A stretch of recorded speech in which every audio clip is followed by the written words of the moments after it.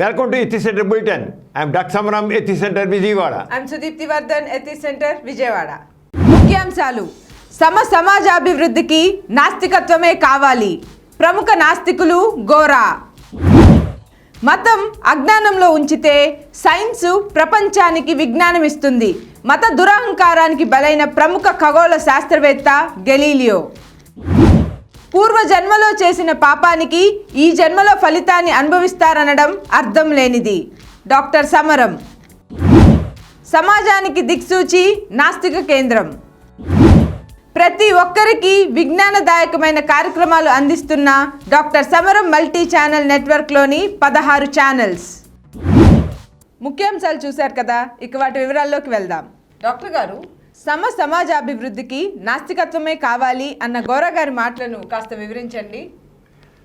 సమాజాభివృద్ధి అంటే అన్ని రంగాల్లోనూ అభివృద్ధి ఉండాలి. అది ఆర్థిక రంగం కావచ్చు, సామాజిక రంగం కావచ్చు, విద్యారంగం కావచ్చు, పారిశ్రామిక రంగం కావచ్చు, నైతిక రంగం కావచ్చు, కళారంగం కావచ్చు, ఏ రంగంలో తీసుకో, అన్ని రంగాల్లోనూ అభివృద్ధి కావాలి. అన్ని రంగాల్లోనూ అభివృద్ధి కావాలంటే మనిషి ఒక క్రియేటివిటీతో, స్వేచ్ఛతో, ఒక పట్టుదలతో, అంకిత భావంతో పనిచేయాలి. చేసేప్పుడు తాను చేసే పని మీద తనకి నమ్మకం ఉండాలి.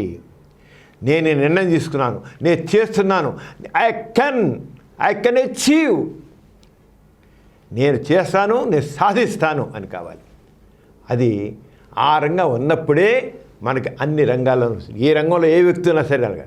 అంచేత మనం చూసినట్లయితే ఈ రకంగా ఒక సమాజం రావాలంటే, నవ సమాజం రావాలంటే, అలా రావాలంటే నాస్తికత్వం కావాలి. ఎందుకు?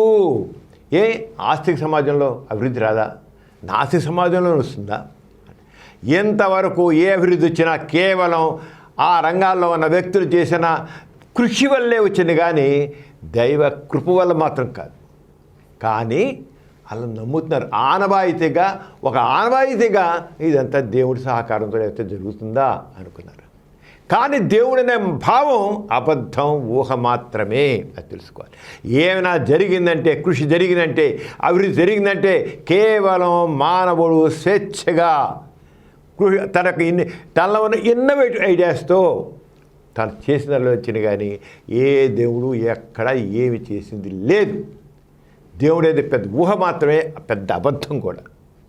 అంచేత సమాజం రావాలంటే నాస్తికత్వం కాదు. ఎందుకు అని చెప్తాను.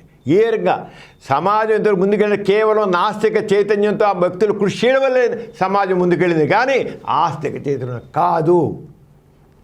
ఆస్తికత్వం అంటే అంతా దైవ నిర్ణయం. దేవుడు ఎలా అనుకుంటే అలా అవుతుంది, అంతే. అంతా దైవ నిర్ణయం మీద ఆధారం ఉంటుంది ఆస్తికత్వంతో. ఎందుకంటే ఆస్తిక సిద్ధాంతం అంతా దైవ కేంద్రంతో ఉన్నది, దేవుడి మీద అవినీతి ఉంటుంది అన్నమాట. అదే నాస్తికత్వం అయితే మానవ స్వేచ్ఛగా ఆలోచిస్తాడు. నాస్తికత్వంలో స్వేచ్ఛగా ఆలోచిస్తాడు. అలాగే స్వేచ్ఛా ప్రవర్తన, స్వేచ్ఛగా దాన్ని ఆచరిస్తాడు. దేని దైవం మీద ఆధారపడి ఉండదు. దేవుడు ఉంటే కదా అసలు తన మీద తన నమ్మకంతో ముందుకు వెళ్తాడు. అంచేత ఆస్తికత్వంలో ఒక రకమైన దైవ నిర్ణయం మీద, అంచేత అతను ఏముంటుంది, ఆస్తికత్వంలో బానిస ప్రవృత్తి ఉంటుంది. నీ ఇంత చేస్తున్నాను కానీ ఆ దేవుడు మన మీద దయ చూపించకపోతే ఇదంతా వేస్ట్ అయిపోతుంది అనుకుంటాడు. ఆ భయం మాట మనిషిలో. ఇప్పుడు శ్రీహరికోటలో చూస్తాం, ఆ రాకెట్ లాంచ్ చేసేప్పుడు ఏం చేస్తారు వీళ్ళు? వెంకటేశ్వర గుడిలోకి వెళ్ళి పూజ చేస్తుంది.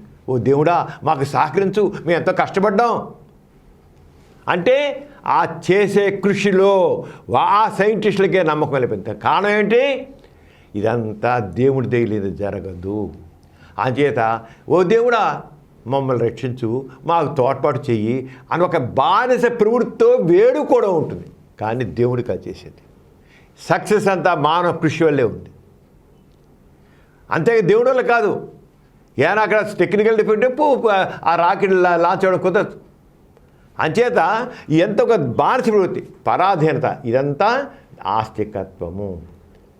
దేవుడు ఎలా తెలిస్తే, ఎలా సహకరిస్తే ఎలా జరుగుతుందనుకుంటాడు, అది ఆస్తికం. నాస్తికత్వం అలా కాదు. తాను చేసే పని మీద తన నమ్మకంతో చేస్తారు. ఒకవేళ ఫెయిల్యూర్ అనుకో ఎక్కడ సంథింగ్ దాన్ని ఎందుకు వచ్చింది, ఎలా అయిందని చూసి ఆ తప్పుని సరిదిద్దుకుంటాడు. జరిగేవనంతే. నువ్వు ఏది చెయ్యి, ఏ తప్పు నువ్వు శ్రీహరికోటలో అది ఫెయిల్ అయింది అనుకున్నావు. ఫెయిల్ అయితే ఎప్పుడైనా ఎటువంటి ఫెయిల్ అయితే వాడు దేవుడు మనం సగ్గానే చేసాము, ఆ దేవుడు సహకరించలేదు అని ఊరుకుంటున్నాడా? లేదే. ఏమైంది ఇక్కడ? ఆయన ఫాల్ట్ని రెక్టిఫై చేస్తారు. ఆ రెక్టిఫై చేయడమే నాస్తికత్వం. ఊరుకున్నాడు అనుకో, నేను చేశాను, బాగానే చేశాను, అంతా అవలేదే అనుకునేది నాస్తికత్వం. అలా ఊరుకోడే. సక్సెస్ అవ్వాలంటే వాడు తప్పనిసరిగా దాంట్లో ఫాల్ట్ని చూసుకుంటాడు, రెక్టిఫై చేస్తాడు. అంటే పక్కన దేవుని పూజలో ఒక ఆనవాయితీ. అంటే అభివృద్ధి ఎక్కడొచ్చింది? నాస్తిక దృక్పథం, నాస్తిక చైతన్యంలో వచ్చింది. కానీ చేత నాస్తికత్వం ఉంటేనే అభివృద్ధి, నాస్తికత్వం ఉంటేనే పురోగమనం. అలాగే ఆస్తికత తీసుకునే మనుషులు చూడు, అంతా బిజిరాత. మన కర్మ ఎలా ఉంటే అలా వస్తుంది. మనం ఏం చేసి మన కర్మ వల్ల బ్రహ్మరాత ఎలా ఉంటుంది? పూర్వజన్మలో ఏం చేసాము? పూర్వజన్మ చేసి ఫలితం ఉంటుంది. ఇక పూర్వజన్మ ఫలితం, పూర్వజన్మ, పునర్జన్మ, అలాగే స్వర్గం, నరకం, అనేక రకాలుగా దీంతో పాటు అనేక రకాలైన ఆచారాలు, సాంప్రదాయాలు, మూఢనమ్మకాలు ఎన్నున్నాయి. మంచి సమయం. అంటే ఆస్తికత్వం మనిషిని ఒక పరాధీన భావన చేసి ఒక అర్థం పడుతున్న ఆచారాలు, సాంప్రదాయాలని నమ్ముకుని వర్జ్యం, తిథి, నక్షత్రం, మంచి సమయం, చెడ్డ సమయం, ఎంత పనికిరానివి అవన్నీ పెట్టుకుని వాటన్నిటికీ మనిషి దాసం అవుతాడు ఆస్తికత్వంలో. నాస్తికత్వంలో అలా కాదు. అవన్నీ ఒట్టిదే. నీ శక్తిని నమ్ముకో, నీ కృషిని నమ్ముకో, నీ మేధస్సుని నమ్ముకో, దాని ప్రకారం చేయండి నాస్తికత్వం. అంతే సమాజ ప్రజలు ఎక్కడొస్తుంది? నాస్తిక చేతులు. అంచేత పూర్తిగా ఆస్తికునేవాడు కంప్లీట్గా దైవమేతో ఇది ఎలా తెలుస్తాడు అనుకోడు, ఏ పని చేయలేడు. నిజంగా కంప్లీట్గా ఆస్తికత్వంలో దైవ నిర్మం ఎలా ఉండాలనుకున్న పనే చేయడు. ఎందుకని? ఏం చేసినా ఏం జరుగుతుంది కానీ నేను కృషి చేస్తాను. దేవుడు తెలుసంటే అంటే సగం నాస్తిక చైతన్యం, కొద్ది ఆస్తికత్వం.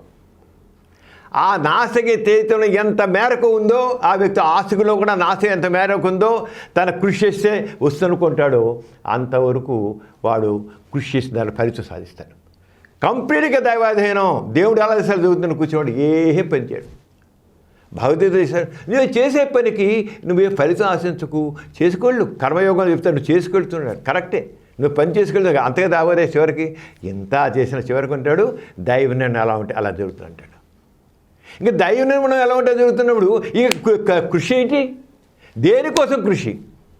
ఎందుకోసం కృషి? అంచేత అలా అంచేత దానికి చివరికి ఏం చేశాడు? దైవ కృప. అంచేత దేవునికి దయ, దేవుడా మమ్మల్ని రక్షణ, దేవుడా మాకు సహాయం చేయి. అంచేత వాడు కృషి చేసి మళ్ళీ ఆశ్రయించాడు, దైవ కృప కోసం విశ్వస్తుంటాడు. ఇది ఇలా ఉన్నవాళ్ళు సమాజంలో ఏమీ చేయలేరు. వాళ్ళ వల్ల సమాజం ముందుకు వెళ్ళదు. నాస్తిక చైతన్యం వల్లే సమాజం ముందుకెళ్ళింది.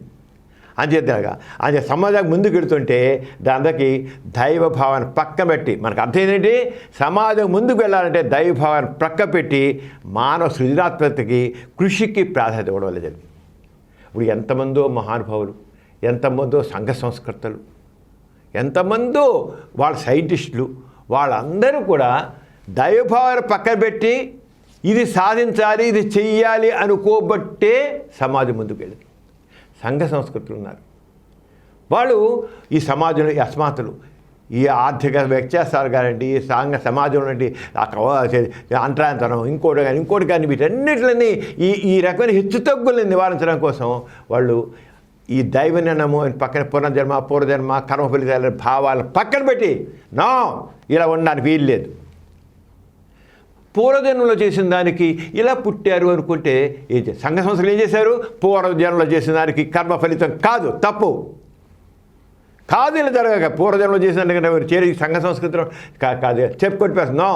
ఇదేదో పూర్వజన్మను విధిరాత, కర్మ ఫలితం, ఏదో తప్పని చేశారు, ఇలా పుట్టారు, అందుకే ఇలా అంటరాని వాళ్ళు పుట్టారు, ఇలా పుట్టారు అని అంటలేదే అనరు వాళ్ళు.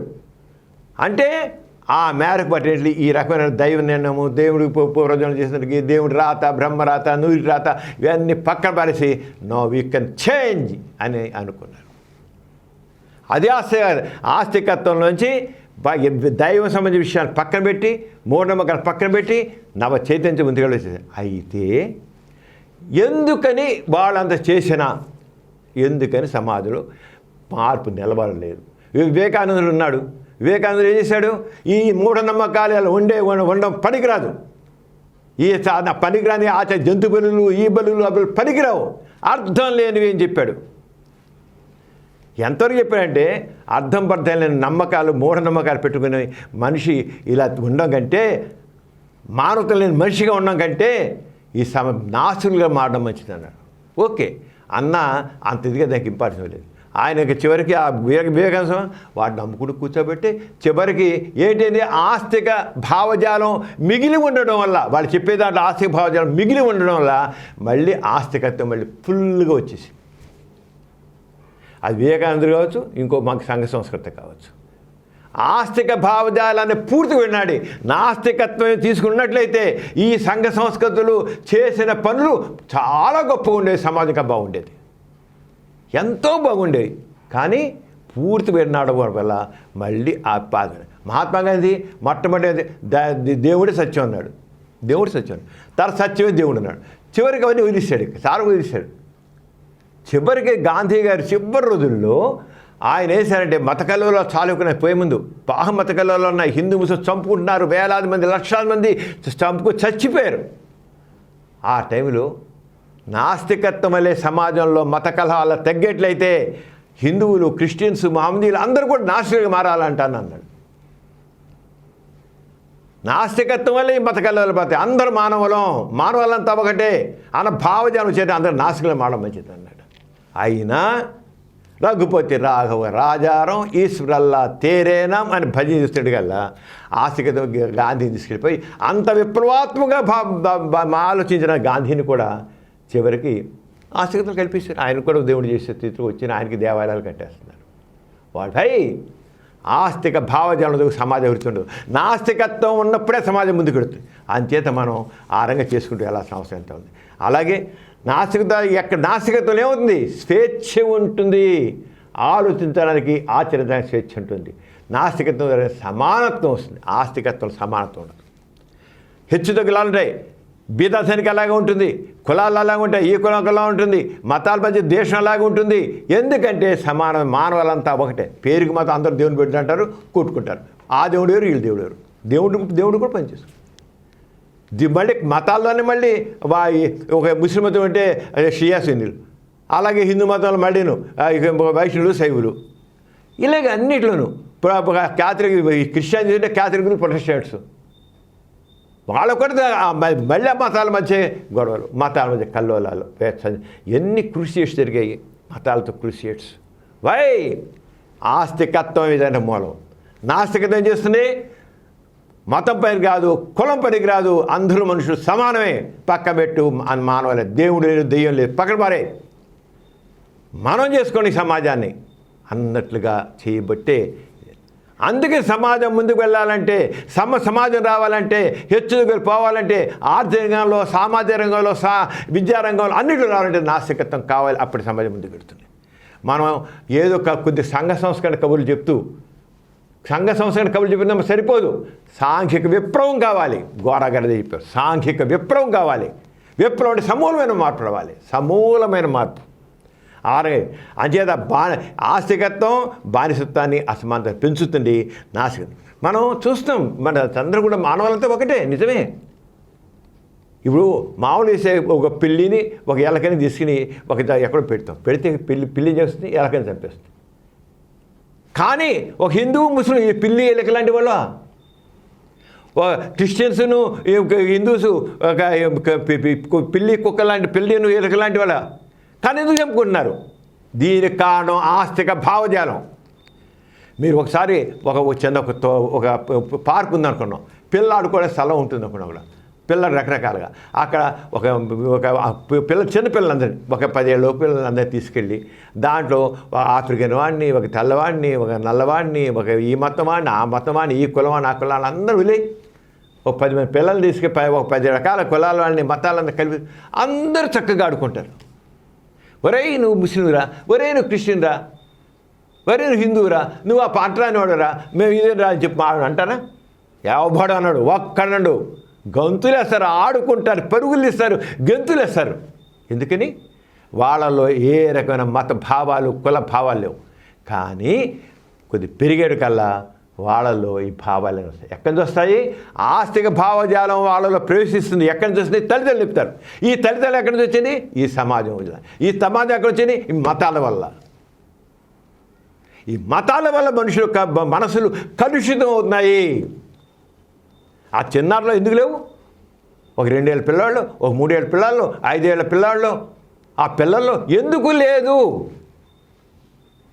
అప్పుడు ఈ మనుషుల కలుషితం తర్వాత చేసేది అది ఎక్కడ కలిసింది? మతాల వల్ల, ఈ దైవభావం వల్ల మనుషుల మధ్య అంతరాలు చేయమాట. అందుకని ఈ రకంగా చేసారు. అంటే ఆస్తికత్వం సమానత్వం తీసుకురాదు. నాస్తికత్వమే సమాధానం తీసుకొస్తుంది. అన్ని రంగాల్లో నాశనం వస్తుంది. అంటే సమగ్రమైన చక్కని అభివృద్ధి, సమాజ అభివృద్ధి, సత్వర అభివృద్ధి నాస్తికత్వం. అంచేత ఆస్తికత్వం పూర్తిగా విడనాడాలి. ఆస్తిక భావం విడనాడాలి. వ్యక్తికి స్వేచ్ఛగా ఉంచాలి, స్వేచ్ఛగా ఉండాలి, స్వేచ్ఛగా ప్రవర్తించాలి. నీతి నియమం మనం మామూలుగా చెప్తారు. మనకు ఎన్నో ఫిలాసఫీస్ ఉన్నాయి. రకరకాల ఫిలాసఫీ ఒక సిద్ధాంతం. ఆస్తిక ఫిలాసఫీ ఉంది, ఆస్తిక సిద్ధాంతాలు ఉన్నాయి. ఈ ఆస్తిక సిద్ధాంతాలు చెబితే అబ్బో ఈ ఫిలాసఫీ చాలా గ్రేటు, అన్నీ ఏదైనా అది ఫిజియాలజీ ఫిజిక్స్ కావచ్చు, కెమిస్ట్రీ కావచ్చు, లేకపోతే ఎస్ట్రాలజీ కావచ్చు, లేకపోతే జువాలజీ కావచ్చు, బాటనీ బయాలజీ కావచ్చు, ఏదైనా కావచ్చు, అన్నిటి అవి కేవలం చాలా సంకుచితమే. కానీ ఫిలాసఫీ అనేది విస్తృతమైనది. అబ్బో దాంట్లో చాలా వివేచన ఉండేవండి. ఏ ఫిలాసఫీనా అది ఆస్తిక ఫిలాసఫీ అయితే అసమానతలకు కారణం అవుతుంది. ఆస్తిక ఫిలాసఫీ అయితే మనుషుల మీద హెచ్చు తగ్గులకు కారణం అవుతుంది. ఆస్తిక ఫిలాసఫీ అయితే మనుషుల్లో బానిస భావాన్ని తీసుకొస్తుంది. మనకు కావాల్సినట్టే ఎథిస్టిక్ ఫిలాసఫీ కావాలి, నాస్తికత్వం కావాలి. నాస్తికత్వం వచ్చిండే పరిపూర్ణ మానవుడు అవుతాడు. నాస్తికత్వం వస్తే సరైన మానవుడు అవుతాడు. నాస్తికత్వం ఉంటేనే వాళ్ళ అన్ని రకాల అభివృద్ధి గమనించే సంకేతాలు ఉంటాయి. అంచేత నాస్తికత్వం ద్వారానే సమాజం. అంచేత సమాజం పురోగమించాలంటే నాస్తికత్వం కావాలి. నాస్తికత అవసరం ఎంతైనా ఉంది. అది డాక్టర్ గారు, మన ప్రతి బులెటిన్లో సామాజిక పురోభివృద్ధికి, మానవ కళ్యాణానికి తోడ్పడిన ఒక ప్రముఖ మహనీయుని గురించి చెప్పుకుంటున్నాము. ఈసారి ఎవరి గురించి చెప్తున్నారు? సుదీప్తి, ఈసారి మత దురహంకారానికి బలైపోయిన ప్రముఖ ఖగోళ శాస్త్రవేత్త గెలీలియో గురించి చెప్పుకుంటున్నాం. గెలీలియో అంటే తెలియని వాళ్ళు ఉంటుంటారు. కానీ అంత గొప్ప సైంటిస్టు 17వ శతాబ్దంలో ఆయన చేశాడు.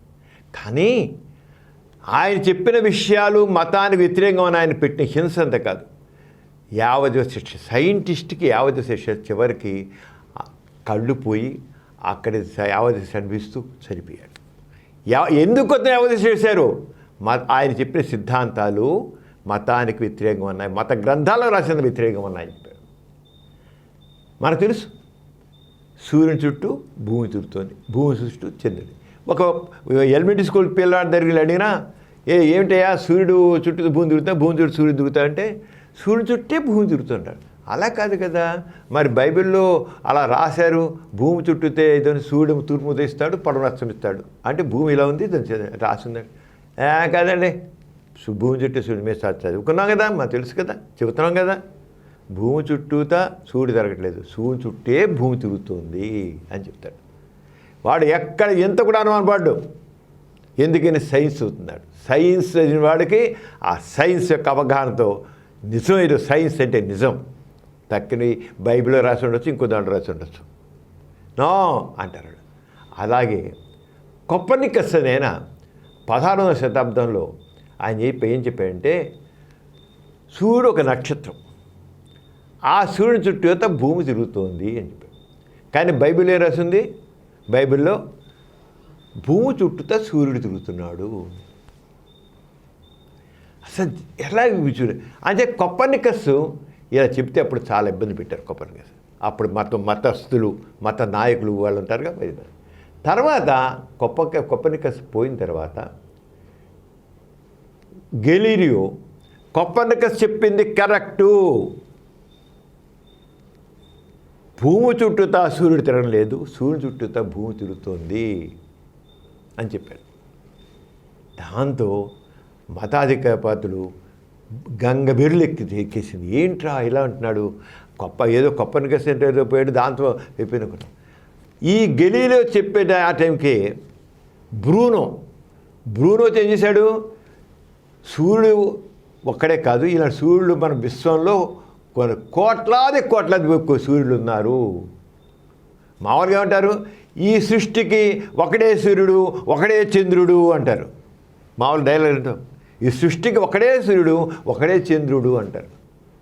కాదు, బ్రూనేమన్నాడు, ఈ విశ్వంలో సూర్యుడి కంటే పెద్ద పెద్ద నక్షత్రాలు అనేకం ఉన్నాయి, సూచనవి కూడా ఉన్నాయి. సూర్య కుటుంబం ఎలా ఉన్నదో వాడికి కూడా కుటుంబాలు ఉన్నాయి, కుటుంబాలు ఉన్నాయి, వాటికి గ్రహాలు ఉన్నాయి. అవి ఎన్ని ఉన్నాయి? ఒక సూర్యుడు కాదు, 10 కాదు, 100 కాదు, 1000 కాదు, లక్షలు కోట్ల నక్షత్రాలు ఉన్నాయి, కోటాను నక్షత్రాలు ఉన్నాయి అని బ్రూనో అన్నాడు. అంతేకాదు విశ్వం ఇన్ఫినిటీ, అది దానికి ఇంకా అవధి లేదు, ఎంతైనా విస్తరించి ఉంది విశ్వం. ఈ నక్షత్రాలు, పాలపొంతలు, ఇలాంటి ఎన్నో గ్రహాలు, ఉపగ్రహాలు అంతా కూడా విశ్వం అనంతమైనది, ఇన్ఫినిటీ అనంతమైనది అన్నాడు బ్రూనో. సూర్యుడు ఒక నక్షత్రం అన్నాడు. అమ్మో, దాంతో మత గ్రంథాలు రాసిన దానికి వ్యతిరేకంగా అని చెప్పేసి ఇటలీలో రోమ్ నగరంలో మతాధిపతులు బ్రూనోని ఒక ఇనప కొయ్యి కట్టేసేసి సజీవంగా దహనం చేశారు. నిజం చెప్పినా సరే మతం ఒప్పుకోదు. అంటే మతం అనేది మతం కానీ మతంలో చెప్పి అది అసంబద్ధమైనవి అసత్యమైనప్పుడు కూడా ఈ మతాలంబులు మతాధిపతులు ఆ అసంబద్ధమైనవి అర్థం లేనివి వాటినే అంటే అజ్ఞానం. మత గ్రంథాలు ఏం రాసిందో అదే కరెక్ట్ అనుకుంటారు, అదే కరెక్ట్ అనాలి, అనుకు తప్పు. ఆరుగా బ్రూనోని 16వ శతాబ్దం ప్రారంభంలో సజీవ దహనం చేశారు సైంటిస్ట్. అతన్నాడు బ్రూనో చనిపోతూ, మీరు నన్ను చంపొచ్చు కానీ నేను చెప్పిన సత్యం ఎప్పటికీ సత్యమే, అదే ఉంటుంది అన్నాడు బ్రూనో. చంపేయచ్చు నన్ను, బ్రూనో చంపేది మీరు, నాకు బ్రూనోనే నన్ను మీరు చంపేయచ్చు, కానీ చెప్పేది నిజం, సత్యం, సైన్సు అదే ఉంటుంది నిజంగా. అదే బ్రూనో చనిపోయినది 10 సంవత్సరాలకి గెలీలియో ఏం చేశాడంటే, ఇలా కాదు జనం మధ్య అందరికీ తెలియాలని చెప్పేసేసి ఆయన జనం కోసం ఈ విశ్వంలో అనేక సూర్యుడు ఒక్కడే కాదు, ఇప్పుడు ఈ సూర్యుడు చుట్టూతా గ్రహాలు తిరుగుతుంది, దాంట్లో నవగ్రహాలు తిరుగుతాయి, దాంట్లో ఒక గ్రహం భూమి, ఆ భూమి సూర్యుడు చుట్టూ తిరుగుతాయి, ఇది సూర్య కుటుంబం అంటారు అని చెప్పేసేసి గెలీలియో ఏం చేశాడు. ఇప్పుడు మనం ఇంతవరకు ఏం చెప్పి కొపర్నికస్ గురించి చెప్పుకున్నాం, బ్రూనో గురించి చెప్పాం, ఇప్పుడు మూడోది గెలీలియో గురించి. ఇప్పుడు గెలీలియో గురించి మనం వాళ్ళు స్పష్టంగా తెలుసుకుందాం అని చెప్పాడు కల్లా.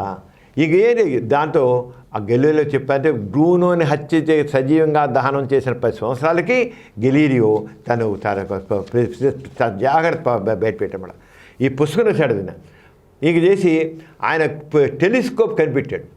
టెలిస్కోప్ తీసి ఆ టెలిస్కోప్లో సూర్యుడు లాంటి నక్షత్రాలు ఎన్ని కోటాను చూపించాడు టెలిస్కోప్లో. అలాగే ఆ టెలిస్కోప్లో చంద్రుడిని, తక్కిన జూపిటర్ని, ఆ జూపిటర్ చుట్టూ చంద్రుడిని, ఇంతవరకు ఉన్నారు ఈ విశ్వంలో ఈ సృష్టిలో ఒకడే సూర్యుడు ఒకడే చంద్రుడు అన్నాడు. ఒకడే సూర్యుడు కాదయా, ఆ కోటాను నక్షత్రాలు ఉన్నాయి, చూడు దీంట్లో నీకు ఎన్ని నక్షత్రాలు కనబడతాయో. అలా ఒకటే చంద్రుడు కాదు, జూపిటర్ దాన్ని చూసుకో, ఆ జూపిటర్ చంద్రుళ్ళు ఉన్నారు, ఒకటి చంద్రుడు అవుతాడు. తప్పు, మత గ్రంథాలు రాసిన తప్పు, మత గ్రంథాలు చెప్పేది తప్పు అంతే అని స్పష్టంగా చెప్పాడు. జనాలందరికీ అర్థమయ్యేది చెప్పాడు. అలా చెప్పి తీసి చేయించాడు. అలా చూస్తే బైబిల్లో లేని విషయాన్ని చెప్తున్నాడు ఇతను, ఇది మత వ్యతిరేకము. అంచేత గలీలోని నాస్తికుడిని నిషేధించారు, నాస్తికుడిని తీర్చేశారు, మతద్రోహి అని నిందించారు. మతద్రోహి నాస్తికుడు ఆరంభించారు. అలాంటి గెలీలియో గొప్ప శాస్త్రవేత్త, ఖగోళ శాస్త్రవేత్త. ఆయన 1564 సంవత్సరం ఫిబ్రవరి 18న ఇటలీలోని ఫ్లారెన్స్ నగరంలో జన్మించారు. ఇటలీలో పుట్టాడు. ఆయన టెలిస్కోప్ కనిపెట్టాడు. అందరూ మామిడి కళ టెలిస్కోప్ పెడితే పెద్ద టెలిస్కోప్ కనిపెట్టాడు ఆయన. ఆ టెలిస్కోప్ పెట్టి ఈ గ్రహాలని నక్షత్రాలని వీటన్నిటిని చూడన్నాడు.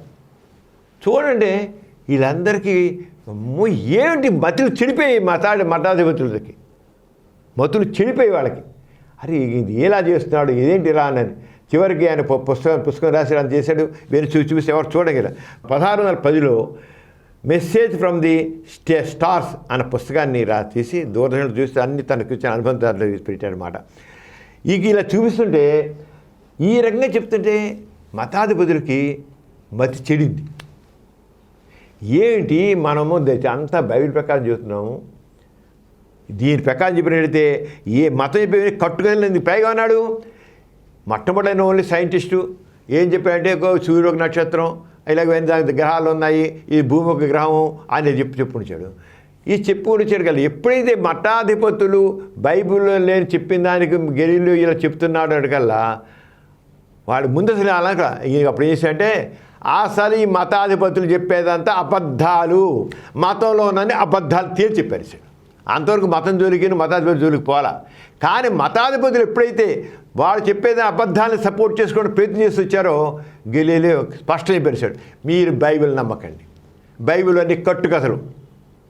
ఇక్కడ మనం బైబిల్ అని బైబిల్ హిందూ పుస్తకం హిందూ దాంట్లో ధర్మంలో మతంలో అలాగే ఉన్నాయి, ఇతర మతాలు కూడా ఇలాంటి కట్టుకథలు చాలా ఉన్నవి. పురాణ కథలు అలాంటివే కదా. ఒకడైతే భూమినట చాపలా చుట్టేసి సంకలో పెట్టి వెళ్ళిపోయాడంట. ఆ కట్టుకథలు కదా ఏంటి, ఎన్నున్నాయి మనకి రకరకాలుగా. వాటన్నిటి చేశారు మరి. ఆ రంగం చేసే అతను చెప్పేటువంటి కట్టుకథలు, అభూత కల్పనలు అన్న మతాన్ని చేసి చెప్పేశాడు. చెప్పడే కాకుండా ఇక మత గ్రంథాల్లో పేర్కొనబడిన వీనస్, శాటర్న్, మత గ్రంథాల్లో వీనస్ శాటర్న్ గురించి లేవు. నవగ్రహాలు అంటాం కదా, ఆ నవగ్రహాలు వీనస్ శాటర్న్ లేవు అక్కడ. అవన్నీ ఉన్నాయని తెలుసు. చూడయ్యా, మీరేదో 6 8 అన్నారు, 5 6 గ్రహాలు ఉన్నాయన్నారు భూమికి. ఇది చూడండి, శాటర్న్ ఉంది, వీనస్ ఉంది, చూడండి అని చెప్పి అవన్నీ తీసైనా చూపించబడింది. చూడడానికి గంగవెల్లి తీసేయాలి. ఏంట్రా బాబు ఇలా చివరికి ఏమంటారు, బ్రూనోని చంపేసామే, దీంతో అందరూ నోరు మూసుకుంటారు అనుకున్నాము. కానీ గెలీలియో ఏంటి మళ్ళీ తయారైంది, ఇంకోటి తయారయ్యాడు భయం. వాడు చంపేసి లేపేసాం అని చెప్పి నోరు మూసుకుంటారు అనుకున్నారు. అలా గెలీలియో యథార్థం చెప్పుకుని పోతుంటే మతం మంట కలిసిపోతుంది. మతం ఏమైపోతుంది, మతంలో చెప్పిన అభివృద్ధి కల్పన అన్నారు, ఏమైపోతుంది ఇది చెప్పిన వాడు. ఇంకా అక్కడి నుంచి ప్రశ్నలు సంధించారు. స్వర్గ నరకాలు లేవా, 7 పాపాలు ఏమయ్యాయి, మోజేసి 7 కొవ్వొత్తుల దీపాలు ఏమయ్యాయి, 7 లోకాలు ఏమయ్యాయి అంటూ 7 గ్రహాల కంటే ఉండటానికి వీలు లేదు. 7 గ్రహాలే లెక్క బైబిల్ ప్రకారం. 7 గ్రహాల కంటే మించి ఉండడానికి లేదు.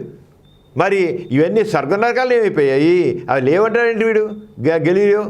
7 కొవ్వొత్తులు ఉన్నాయి, ఇవన్నీ ఏంటి అయిపోయి అని చేసి గెలీలియో చూపినంత భ్రమ, ఇదంతా భ్రమ, ఇదంతా మోసం, దగ అనేసి చేశాడు.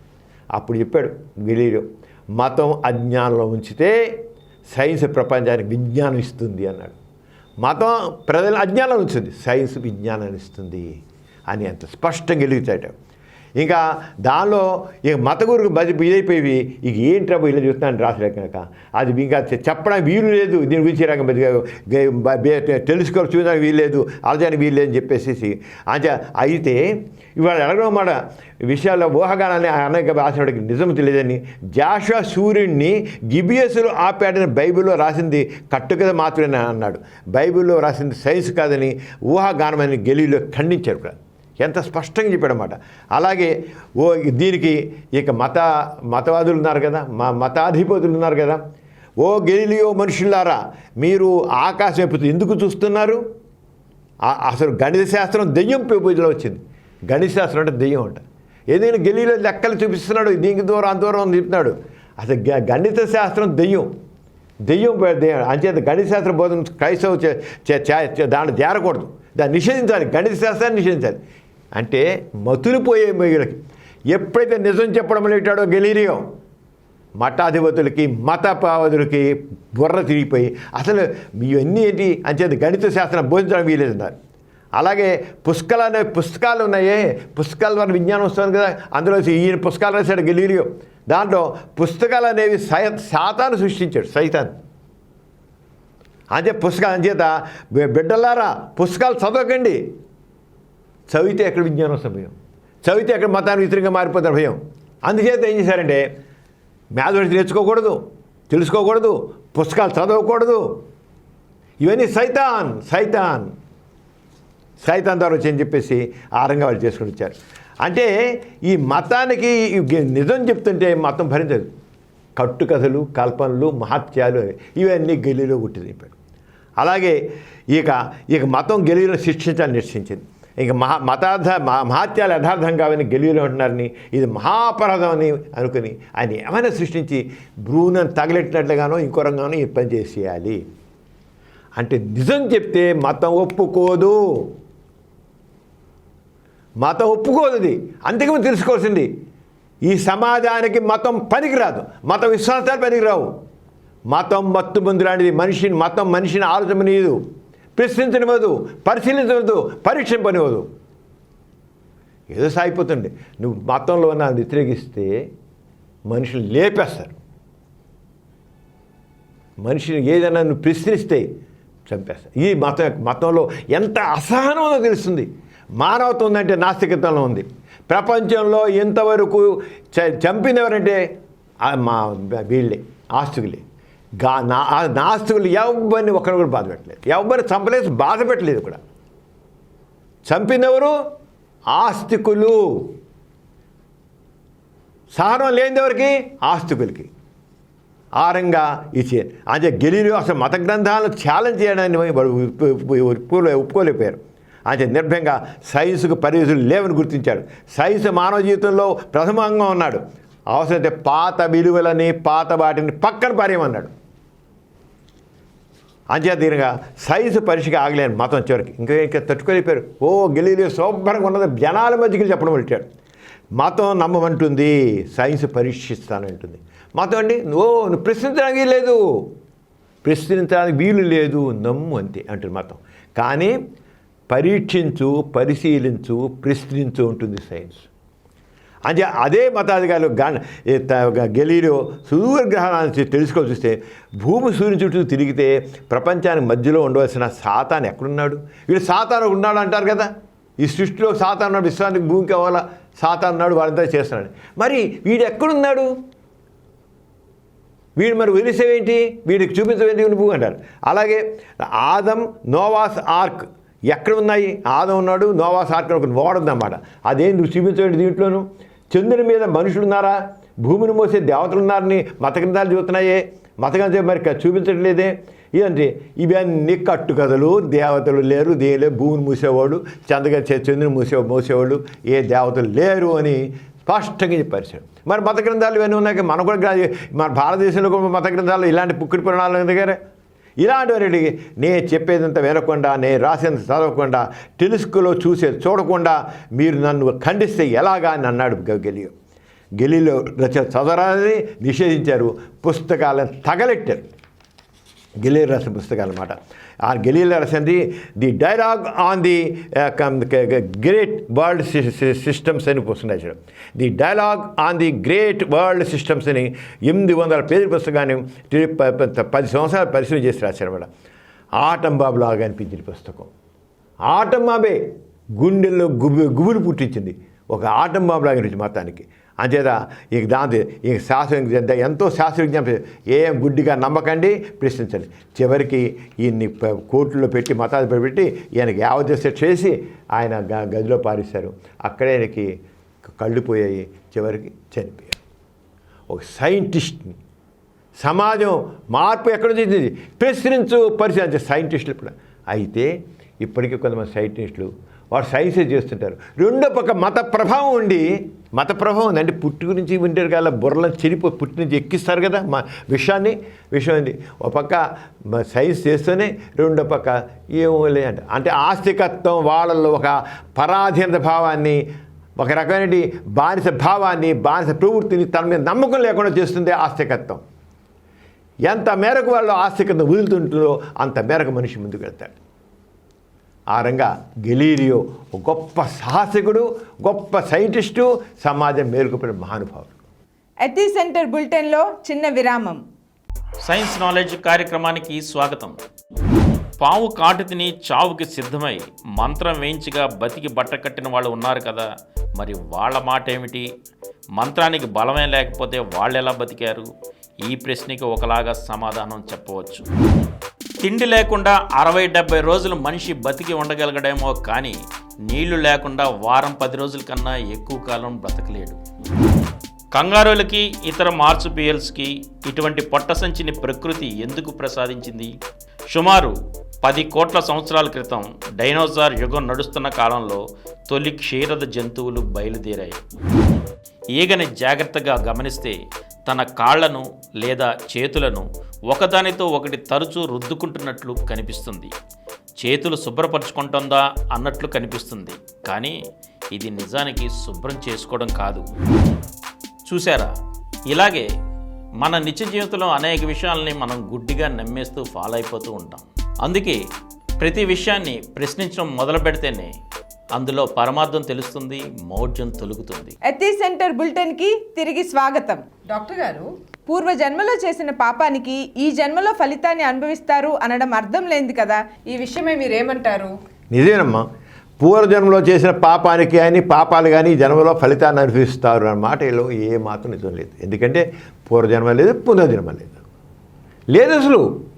ఈ పూర్వజన్మ చెప్పిన కట్టుకథలు అన్నీ కట్టుకథలే. అసలు ఎంత అప్సర్డ్గా ఫన్నీగా ఉంటాయంటే ఈ ఆస్తికత్వంలో భావాలు అసలు మనకి వింటూ ఉంటే వీళ్ళ మనుషులు గొర్రెలు అనుకుని చెప్తున్నారా అనిపిస్తుంది. నిజం గొర్రెలు చేసేస్తుంది. మతం మనుషులను గొర్రెలు చేస్తుంది. మత విశ్వాసాలు మనిషి పని రాకుండా చేస్తాయి. అసలు ప్రశ్నించే పని లేదే. ఒక గొర్రె మందలాగానే మనుషులు కొంత ఆస్తులు అలాగే పోతుంటారు. బుర్ర ఉంది, వివేకం ఉంది, విజ్ఞత ఉంది, ఆలోచించండి.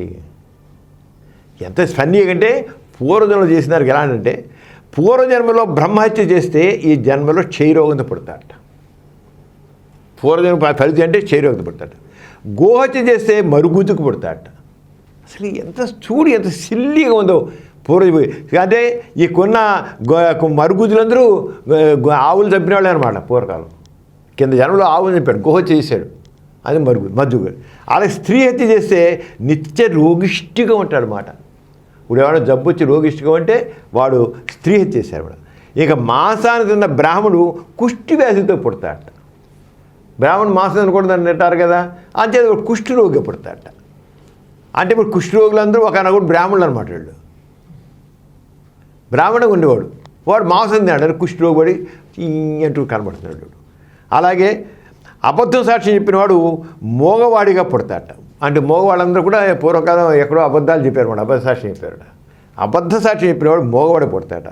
ఇష్టానుసారంగా వ్యభిచరించిన వాడు అడవుల్లో ఏనుగా పుడతాడట. ఇక్కడ ఈ జన్మలో కింద జన్మలో వాడు పరమ తిరుగుపోతాడనమాట, వ్యభిచారన్నమాట. అడవులు ఏనుగులా పుడతాడట. మిత్రుని మోసం చేసేవాడు గద్దగా పుడతాడట. ఎవడు నోటుకు చెత్త చెదారంత రాసి పరిస్థితి. ఇలాగే తన భర్తను మోసం చేసిన భార్య బల్లిగా పుడుతున్నట. ఇప్పుడు మనం చూస్తాం బల్లి కనబడుతుంటాయి. ఈ బల్లిలన్నీ భర్తను మోసం చేసేవాడు. భర్తను మోసం చేసిన భార్య బల్లిగా పుడుతాడ. అతి కామంతో చెలరేగిన వాడు గుర్రంగా జన్మిస్తాడట. భార్యను హింసిస్తే మేకగా పుడతాడట. ఏ ఒక్కడు పూర్వజన్మలో చేసిన పాపాన్ని ఫలితం అనుభవించకుండా ఉండడు. పాపం చేస్తే తప్పకుండా ఇది ఎంత సిల్లీగా ఉన్నాయి. కానీ పూర్వజన్మ పునర్జన్మ అనేవి లేవు. ఇవన్నీ కల్పితాలు. అసలు ఎంత ఇంతనా కాదు. అంటే ఈ నీతులు, మరి ధర్మశాస్త్రాలు ఎన్నో నీతులు చెప్తారు కదా. మీ నీతులు చెప్తే మరి ఏంటి నీతి శాస్త్రాలు నీతులు చెప్పేవన్నీ ఎప్పుడు పట్టించుకోవట్లేదు. ఇప్పుడు ఎన్నో రకాలని కుక్కల్ని నక్కల్ని గాడిదల్ని గుర్రాలని అన్నీ అంశంసి అన్నీ వీళ్ళందరూ మరి ఎంతమంది పుట్టారంటే అసలు నీతి శాస్త్రాల్లో ఏ మాత్రం కూడా లేదనమాట ఫలితం. ఇంకెందుకు నీతి శాస్త్రాలు అర్థం లేకుండా మరి ఈ రంగా పుట్టినవాళ్ళు బల్లిగా పుట్టినవాళ్ళు ఎంతమంది ఉన్నారు, గద్దగా పుట్టినవాళ్ళు ఎంతమంది ఉన్నారు. ఈ గద్దలు బల్లులు ఈ గుర్రాలు ఏనుగులు ఇవన్నీ మరి ఇవన్నీ కూడా కింద చేసినవాడే కదా చేసిన జన్మలో చేసినవాడు వీళ్ళందరూ. వా ఏమి శాస్త్రం ఏ సిద్ధాంతాలు చూసుకో అర్థం చేస్తుంది. మరి ఇలా మళ్ళీ తప్పించేసుకుంటారు. అసలు ఎంత సిల్లి ఈ నీతి సూత్రాలు అనేది నీతి శాస్త్రాలు అనేవి నీతిని గొప్పదండి. అది నీతి కాదు. మనుషుల్లో మంచితనం కావాలి, సహకారం కావాలి, సద్భావం కావాలి, ఎదుటితో తోడ్పడాలి. ఇవి అలా ఉండాల్సి నీతి. లేదు నీతి ఫలితం ఏంటి? నేను క్లాసులో పాఠం చెప్పాను అందరూ ఫెయిల్ అయ్యారంటే నేను చైనా గొప్ప టీచర్ని అన్నాడు అనుకోవాడు. ఒక గొప్ప టీచర్ ఎలా అవుతాడు? నేను పాఠం చాలా బాగా చెప్పా కానీ ఎవడు పాస్ కాల. ఎలా కుదిరింది? వాడు మంచి టీచర్ అందరూ పాస్ అవ్వాలి, అందరూ ఫెయిల్ అవుతారు, మంచి ఫెయిల్ అవుతారు. అలాగే నీతి శాస్త్రాలు ఏవైతే ఉన్నాయో మతపరంగా అన్ని దండుగా లేదా ఇన్ని బలులు. ఇక్కడ చూసిన కుష్ఠరోగులు ఉన్నారు, ఇక్కడ పెద్ద రోగిష్ఠులు ఉన్నారు, వీళ్ళందరూ ఉన్నారు. వీళ్ళందరూ ఏమైపోయారు? వీళ్ళందరూ ఏంటి అయిపోయారు? వీళ్ళందరూ నీ శాస్త్రాల బరువు మరి ఎక్కించలేదా? ఎన్నో క్షుద్రజీవాలు ఉన్నాయి. క్షుద్రజీవాలు కూడా ఏంటంటే ఆ క్షుద్రజీవాలు కూడా వాళ్ళు చేసే పాపాన్ని కింద పెట్టి ఒక కారు కింద నలుపుతారట. అందుకని కిందటి జన్మలో చేసిన దానికి ఈ జన్మలో ఈ రకంగా పుడతారు అనే మాట అర్థం లేనిది. ఈ జన్మలోనేమో మంచి నేర్పెట్టడం మంచిగా ఉండేది చేయాలి. అంతేగాని తీసుకెళ్ళి కుక్కలు నక్కలు పులులు పిల్లులు గిల్లులు ఎలకలు బల్లులు గిల్లులు అంటూ చెప్పడం అనేది దివాల కోరుసాను. ఆస్తికత్వంలో దివాలు కోరుసాను. వాడు నైతిక విలువలు పెంచలేకపోవడం ఆస్తికత్వంలో దివాలు కోరుతాను. ఆస్తికత్వం అంతా ఎన్ని కలపలతో ఏ రంగంలో భయపెట్టు ఇంకోటి చేస్తూ కించపరుస్తూ హీనపరుస్తూ మనుషుల బతుకులు నాశనం చేస్తూ చెప్పేది ఆస్తికత్వం. అంచేత ఆస్తికత్వం అది ఏ మతం కావచ్చు, ఈ మతం ఆ మతం కాదు, ఏ మతం చెప్పినా సరే తప్పే. నైతిక విలువలు పెంచాలంటే మతం మంచిగా ఉండాలి. అబద్ధాలు చెప్పకుండా కల్పనలు చెప్పకుండా అభూత కల్పనలు లేకుండా ఉంటేనే ఆ మతం సరైన మతం కాదే. అసలు మతం అంటేనే ఒక దైవం మీద విశ్వాసం పెట్టుకుని అబద్ధమైన దేవుడు అక్కడ మూలం అయితే ఇంకా పెద్ద అబద్ధాన్ని పెట్టుకుని అబద్ధం చుట్టూ తన నీతులు వెళ్తే ఏమవుతుంది? అంచేత అది కాదు. పునర్జన్మ తప్పు. సమాజంలో నైతిక విలువలు పెంచడానికి మంచిగా ఉండాలి, నిజం ఉండాలి, సత్యం ఉండాలి. చక్కగా చెప్తే అదే నియంత్రణ వస్తుంది. గత 15 రోజుల్లో నాస్తిక కేంద్రం వాటి అనుబంధ సంస్థల ఆధ్వర్యంలో జరిగిన కార్యక్రమాల వివరాల గురించి ఇప్పుడు తెలుసుకుందాం.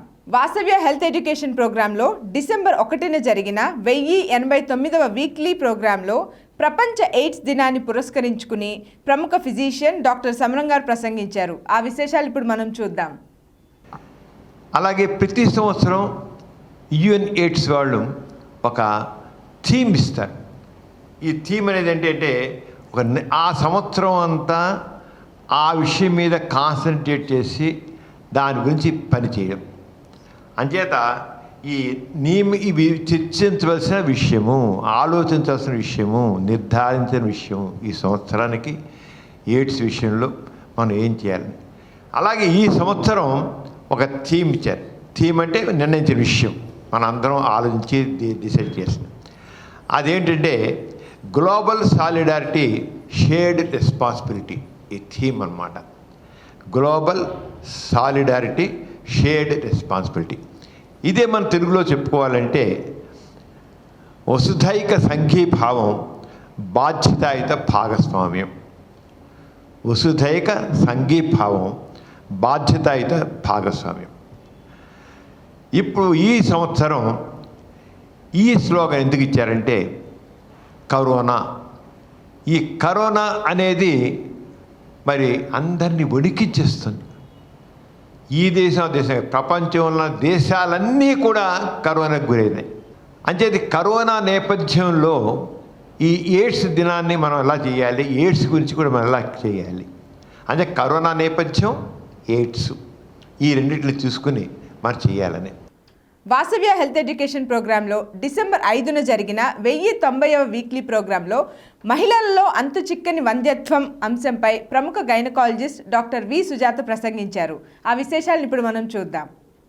సో మెయిన్ థింగ్ ఏంటంటే ఈ అన్ఎక్స్ప్లెయిన్డ్ ఇన్ఫర్టిలిటీలో ఆల్మోస్ట్ 90 to 95% మందికి ప్రెగ్నెన్సీ వచ్చే ఛాన్సెస్, ఫర్టిలిటీ స్పెషలిస్ట్ దగ్గరికి వెళ్తే మీకు ప్రెగ్నెన్సీ అందే ఛాన్సెస్ చాలా చాలా ఎక్కువ ఉన్నాయి. కాబట్టి you have to be happy, stress లేకుండా, టెన్షన్స్ లేకుండా ఉన్నదాంతో హ్యాపీగా ఉండి సరైన టైంకి డాక్టర్ గారిని సంప్రదిస్తే కనుక మీకు సక్సెస్ వచ్చే ఛాన్సెస్ ఉంటాయి. అందరికీ ఒకే వయసుకి ప్రెగ్నెన్సీ రాకపోవచ్చు. కొంతమందికి పెళ్ళైన సంవత్సరానికి పుడతారు, కొంతమందికి పెళ్ళైన 1 monthకే పుడతారు, కొంతమందికి 10 yearsకి పుడతారు. సో ఆ టైం కోసం వెయిట్ చేయాల్సింది. వాసవ్య హెల్త్ ఎడ్యుకేషన్ ప్రోగ్రాంలో డిసెంబర్ 12న జరిగిన 1091వ వీక్లీ ప్రోగ్రాంలో ఆర్థోస్కోపీ అండ్ స్పోర్ట్స్ మెడిసిన్ అనే అంశంపై ప్రముఖ orthopaedic surgeon doctor C Prashant ప్రసంగించారు. ఆ విశేషాలను ఇప్పుడు మనం చూద్దాం. సో ఇమీడియట్గా మనకి ఒక ఇంజురీ అయిన తర్వాత మనం చేయాల్సిన ప్రోటోకాల్ ఏంటంటే ప్రాపర్ రెస్ట్ ఇవ్వాలి. సో ఆ స్వెల్లింగ్ తగ్గడానికి ఐస్ అప్లికేషన్ చేయాల్సి వస్తుంది. అండ్ ఆ స్వెల్లింగ్ రెడ్యూస్ చేయడానికి ఒక క్రే బ్యాండేజ్తో కంప్రెషన్ ఇచ్చి మోకాళ్ళు అనేది ఎత్తులో పెట్టుకుంటే వాపు అనేది ఫాస్ట్గా తగ్గుతుంది. సో ఏవి డెఫినెట్గా చేయకూడదు, ముందు ఇవి తెలుసుకోవాలి.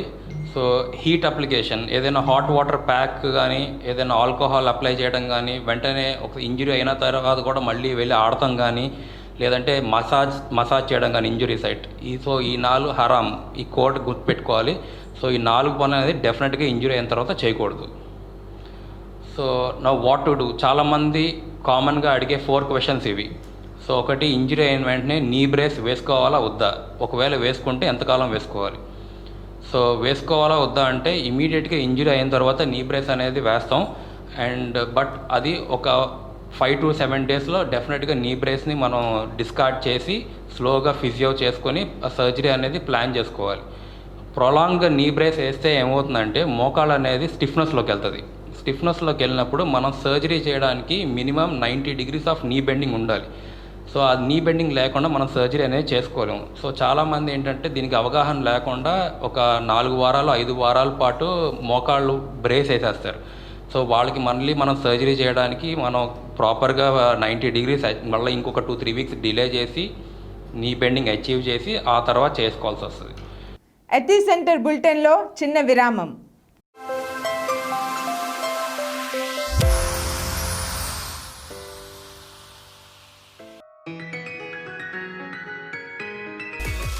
డాక్టర్ సమరం మల్టీ ఛానల్ నెట్వర్క్ తరపున మీ అందరికీ స్వాగతం. ఈరోజు ఈ నెట్వర్క్ ద్వారా మరో కొత్త ఛానల్ మగువ డాక్టర్ సమరం విమెన్ ఛానల్ని ప్రారంభించబోతున్నాం. స్త్రీలలో మనం సర్వసాధారణంగా చూసే వ్యాధి పిఐడి. పిఐడి అంటే పెల్విక్ ఇన్ఫ్లమేటరీ డిసీజ్. ఎండోమెట్రియాసిస్ అనేది గర్భాశయం లోపల ఉండే పొర. ఈ పొరనే మ్యూకస్ పొర అంటారు. గర్భాశయం ఇలా ఉంటుంది. దీని లోపల ఉండే ఈ పొరని ఎండోమెట్రియం అంటారు. ఆడపిల్ల ఏముందండి, బయటికి వెళ్ళిపోయేదే కదా, చదువు అంత అవసరమా అని అనేవారు అని అంటూ ఉంటారు. కానీ ఇప్పటికీ అంటున్నారు. అది మనం ఫ్యాక్ట్గా తీసుకోవాలండి. స్త్రీలు కూడా పైకి రాగలరు. ప్రతి వాళ్ళు కూడా జీవితంలో ఒక ఆశతో బతకాలి. ఆ ఆశే మనల్ని ముందుకు నడిపిస్తుంది. భారతీయ మహిళలు స్వాతంత్రోద్యమంలో పాల్గొని తమలో దాగున్న శక్తి సామర్థ్యాలను సమాజంలో నిరూపించుకున్నారు. ఎండ కన్నెరగని గృహిణులు, వీధి గడప తొక్కని మహిళలు, అక్షరం ముక్క కూడా రాని ఆడువారు ఎందరో భారతీయ స్వాతంత్రోద్యమంలో పాల్గొని వారి శక్తి సామర్థ్యాలను నిరూపించుకున్నారు. మహిళా సాధికారతను సాధించడం కోసం స్థాపించబడిన ఈ ఛానల్ ఆ దిశగా మా ఈ కార్యక్రమాలతో మీకు మరింత చేరువవుతుందని ఆశిస్తూ మళ్ళీ కలుద్దాం. ఎథీ సెంటర్ బులెటిన్కి తిరిగి స్వాగతం. శ్రీజప్తి, ఇవాళ చాలా విషయాలు మాట్లాడుకున్నాం. సమాజం ముందుకు వెళ్ళాలి, పురోగతి సాధించాలి, సమాజం రావాలి, నవ సమాజం మనం ఏర్పాటు చేసుకోవాలి. నవ మానవుడు కనబడాలి, నవ సమాజం రావాలి. అప్పుడే సమాజం చక్కగా ఉన్నట్లెక్క. నాస్తిక్ కేంద్రం ఈ విషయంలో ఎంతగానో కృషి చేస్తుంది. నాస్తిక కేంద్రం 1940లో ముదునూరులో మొదలెట్టారు ముందు గోరా గారు. అక్కడి నుంచి నాస్తిక కేంద్రం చెప్పలేదు కార్యక్రమం ఎన్నో చేసింది సమాజంలో మార్పుకి ఎంతో. ఈరోజు సమాజంలో ఈ ఎన్నో రకాలుగా మన కులాంతర వివాహాలు, మతాంతర వివాహాలు, కుల రహిత వివాహాలు జరుగుతున్నాయి, ఇంకొన్ని జరుగుతున్నాయంటే కూడా నాస్తిక కేంద్రం ఒక పాత్ర గణనీయంగా ఉంది. దాంట్లో సమాజంలో మార్పు కనబడుతుందంటే నాస్తిక కేంద్రం. న్యాయవాది నారాయణ గారు ఆయన పేపర్లో రాస్తూ కృష్ణా జిల్లా వెళ్ళి దేవుడు లేని ఊరు ఏది అని అడిగితే అదిగో ముదునూరు ఉంటుంది అన్నారు. దేవుడు లేని ఊరు ముదునూరు. అక్కడి ముదునూరులో మొదలెట్టారు. అప్పటికే ఎంత కొద్ది సంవత్సరాల్లోనే నీకు ఎంత సమాజంలో ఎంత చైతన్యం తీసుకొచ్చిన ఆలోచన చేసిన అర్థం. ఆయన అప్పుడే 1946 ప్రాంతం దేవుడు లేని ఊరు ముదునూరు అని ఘోరగా చేసే ఎందుకంటే సత్యం ఎప్పుడో కూడా చక్కగా స్పీక్ అవుట్ అవుతుంది. ఇందుకు అన్ని రంగాల్లో కులరహిత మతరహిత సమాజం కోసం కృష్ణుడు. మానవులంతా ఒకటే, సర్వ మానవులు ఒక్కడే. అలాగే ఆర్థిక రంగంలో, సామాజిక రంగంలో, నైతిక రంగంలో, కళారంగంలో, ఇక విద్యారంగంలో ఇదేదిని కాదు, అన్నిట్లో కూడా సమాజం ముందుకు వెళ్ళాలి. ముందు 10 సంవత్సరాల పాటు ముదునూరులో 8 సంవత్సరాలు 7 సంవత్సరాలు ముదునూరులో ఉంది. తర్వాత విజయవాడకి షిఫ్ట్ అయ్యి ఇక్కడి నుంచి పేపర్లు పెట్టడం జరిగింది. ఇక్కడ చూసిన తర్వాత ఎన్ని రకాల కార్యక్రమాలు అంటే అన్ని రకాల కార్యక్రమాలు. సామాజిక విప్లవం, సంఘ సంస్కరణ కాదు, గోరా గారు చేసే సంఘ సంస్కరణ కార్యక్రమం కాదు. గోరా గారు ప్రముఖ సాంఘిక విప్లవకారులు. గోరా గారు ఏ మాత్రం కూడా రాజీ లేని పోరాటం చేశారు. గోరా గారు గాంధీతో మాట్లాడి, ఇంకో మాట్లాడి, ఎవరితో మాట్లాడి సరే నాస్తికత్వం అదే సరైంది, అదే సమాజం మార్చేది. ఆ రంగా అన్ని రంగాల్లో అది విద్యారంగం వాసవ్య స్కూల్ పెట్టారు, దానికి ఎంతో చేతి తీసుకొచ్చారు. ఇవి అలాగే ఆధ్యాత్మిక మండలి, గ్రామీణ ప్రాంతాల్లో వారు రకరకాల కార్యక్రమాలు చేపట్టారు. అలాగే వాసవ మహిళా మండలి విమెన్ పవర్ పెంచడం కోసం, మహిళా సాధికారత కోసం, మహిళల చేతింపడం కోసం వాసవ మహిళా మండలి. అలాగే సంస్కార్, దాంట్లో క్రిమినల్ రిహాబిలిటేషను చేయడానికి కేంద్రం చేశారు. అలాగే జోగి నిద్రాచారం ఇదేని కాదు, ఇదేని కాదు. అలాగే నాస్తిక కేంద్రం ఎన్ని రకాల మూఢనమ్మకాల నిర్మూలన చేసే కార్యక్రమం ఇదేని కాదు. అందుకని నాస్తిక చాలామంది వస్తారు. నాస్తిక కేంద్రం సమాజాభివృద్ధికి, సమాజంలో మార్పుకి దిక్సూచే దశ ముందు. ఆ పుస్తకం విజిటర్స్ బుక్లో పెడితే వీరు ఎంతమందో నాస్తిక కేంద్రం అనేది ఒక సమాజానికి దిక్సూచి, నాస్తిక కేంద్రం అంటే నాస్తికత్వం సరైన పంథ ఏమిటో చూపిస్తుంది. ఇప్పుడు సముద్రంలో వెళుతుంటుంది, అంతా చుట్టూ నీరే, కానీ నువ్వు వెళ్ళవలసిన ల్యాండ్కి ఏంటో అది దిక్సూచి చూపిస్తుంది. ఆ రంగానే సమాజం చక్కగా ఉండాలంటే సరైన మార్గం ఏదంటే నాస్తిక కేంద్రం యొక్క కార్యక్రమాలు, నాస్తిక కేంద్ర భావాలు, అది నాస్తిక కేంద్రం. నాస్తిక కేంద్రం ఎన్ని ఇక అలాగే సైన్స్ రంగంలో గోరా సైన్స్ సెంటర్. అలా ఇదేనే కాదు, నీకు ఎన్ని ఉండాలో. అలాగే ఎడ్యుకేషన్ రంగంలో అన్నింటిలో చెప్పలేము, ఇదేనే మరి చెప్పలేము. సమాజంలో ఎన్ని రకాలైన కార్యక్రమాలు, అన్ని రకాల కార్యక్రమాలు. నవ సమాజం కావాలి, నవ మానవుడు కావాలి. అంతేగా అదే కార్యక్రమాలే. నాస్తికత్వం అంటే ఆచరణ. నాస్తికత్వం అంటే కేవలం ఏదో సిద్ధాంత చర్చలు, సిద్ధాంతం కాదు, ఆచరణ. కులాలు మతాలు పనికిరావంటే ఇప్పుడు మాటలు కాదు, కులాలు మతాలు పని మతరహిత వ్యవహారాలు ఎన్ని చేశారు. ప్రతిదీ ఆచరణే. గాంధీ అక్కడే గోరా గారితో ఇదైపోయింది. గాంధీ గారు గోరా గారు మాట్లాడగానే అంత ఆకర్షితులను కారణం నాస్తికత్వం అంటే ఆచరణ, నాస్తికత్వం సమానత్వం, నాస్తికత్వం అంటే స్వేచ్ఛ. చివరి గాంధీ స్వాతంత్రం చెప్పడం అంతా మతకాల అక్కడ ఉన్నప్పుడు అది అయిపోయింది. తిరిగి వస్తాను నేను కొంత కంట్రోల్ లేక నువ్వు మనం అన్న కూర్చుని 10 రోజులు మాట్లాడడం, ఇందులో ఆయన హత్య చేయబడ్డారు. ఆయన అప్పుడే అదే అప్పుడు రోజుల్లోనే ఆయన తక్కిన వాళ్ళు ఏం చెప్పారంటే, ఈ మతకల్లోల పోవాలంటే దానికి నాస్తికత్వం అయితే అందరూ నాస్తికులు కావాలని కోరతాను అని గాంధీ అన్నాడు. నిజంగా గాంధీ ఒక 6 నెలలు బతుకున్నట్లయితే ఆయన ఖచ్చితంగా ఈ భారతదేశానికి ఒక సందేశం ఇచ్చి ఉండేవాడు.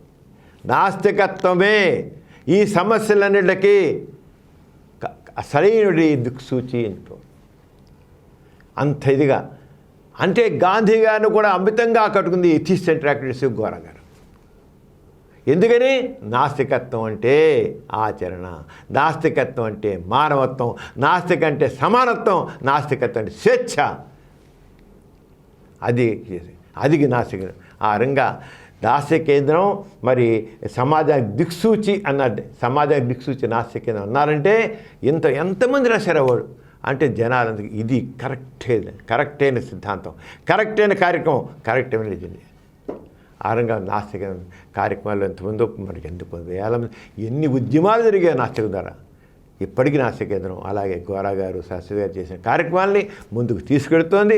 అది అంచేత మతాంత సమాజం ఇప్పుడు పూర్వకాలం మతానికి పూర్వక సమాజం ఉంది, మతంతో కూడిన సమాజం ఉంది. ఇప్పుడు మతాంతర సమాజం వైపు సమాజం ముందుకెడుతుంది. అదే నవమానవుని నిర్మిస్తుంది. ఆ మతాంతర సమాజం వైపుకు సమాజాన్ని నడిపించేది నాస్తికత్వమే. మతాంతర సమాజం తీసుకెళ్లేది నాస్తికత్వమే. ఆ మతాంతర సమాజమే అసలైన సమాజం. ఆ రంగ సమాజం కోసం అందరం కృషి చేయాలి. సుదీప్తి, మరి నాస్తిక కేంద్రం గురించి తెలుసుకున్నాం. ఇప్పుడు మనం డాక్టర్ సమరం మల్టీ ఛానల్ నెట్వర్క్ ద్వారా 16 యూట్యూబ్ ఛానల్స్ రన్ చేస్తున్నాం.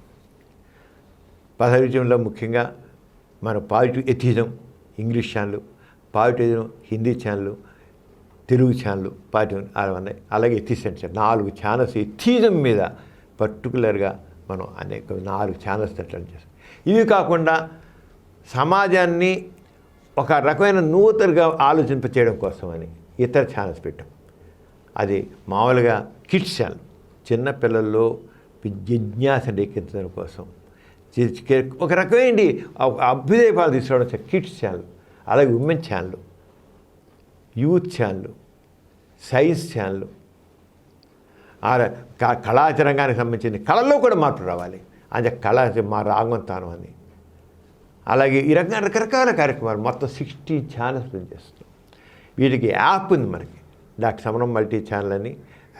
గూగుల్స్లోకి వెళ్ళి ప్లే స్టోర్కి వెళ్ళి డాక్టర్ సమరం మల్టీ ఛానల్ నెట్వర్క్ అని కొడితే ఈ మొత్తం 16 ఛానల్స్ తిరుగుతాయి. అంటే నాస్తికులుగా ఉన్న వాళ్ళకి, నాస్తికత్వం కొద్ది అభ్యుదయపాలు ఉన్న వాళ్ళకి, ఆ రంగా రకరకాల కొద్దిగా మనం అంటే కొద్దిగా ఆసక్తి ఉన్న వాళ్ళకి ఎవరికి సరిపోయిన విధంగా వాళ్ళని మనం చేస్తాం. కానీ మన ధ్యేయం సమాజంలో అభ్యుదయం, సమాజంలో మార్పు. ఈ వ్యక్తుల్ని, మనుషుల్ని కొద్దిగా ఆలోచింప చేయాలి. అన్ని రంగాల్లోనూ ఒక రకమైన మంచి రావాలి. ఆ రంగా సమరం మల్టీ ఛానల్లో రకరకాల కార్యక్రమాలు జరుగుతున్నాయి. ఒకసారి మీరు అందరూ కూడా నేను కోరేదంటే ఎవరైనా మీరు సబ్స్క్రైబ్ చేస్తే డాక్టర్ సమరం మల్టీ ఛానల్ గూగుల్ ప్లే స్టోర్లోకి వెళ్ళి, ప్లే స్టోర్ అంటే గూగుల్ మన సెల్ ఫోన్లోకి వెళ్ళి ప్లే స్టోర్లోకి వెళ్ళి డాక్టర్ సమరం మల్టీ ఛానల్ చేస్తే దాన్ని డౌన్లోడ్ చేసుకుంటే మొత్తం 16 ఛానల్స్ అందులో మనకు ఈ ప్రోగ్రాం కూడా ఆరోగ్య ఎథిక్స్ సెంటర్ దాంట్లో వస్తుంది. ఇది అలాగే సమరం డాక్టర్ సమరం మీకోసం దాంట్లో కూడా వస్తుంది. అంచేత అందరూ కూడా వీళ్ళు చూడాలని, ఆ చైతన్యం పొందాలని, నవ సమాజం నిర్మాణంలో అందరూ భాగస్వాములు కావాలని కోరుతున్నాను. అందరికీ జై ఇన్సాన్. జై ఇన్సాన్.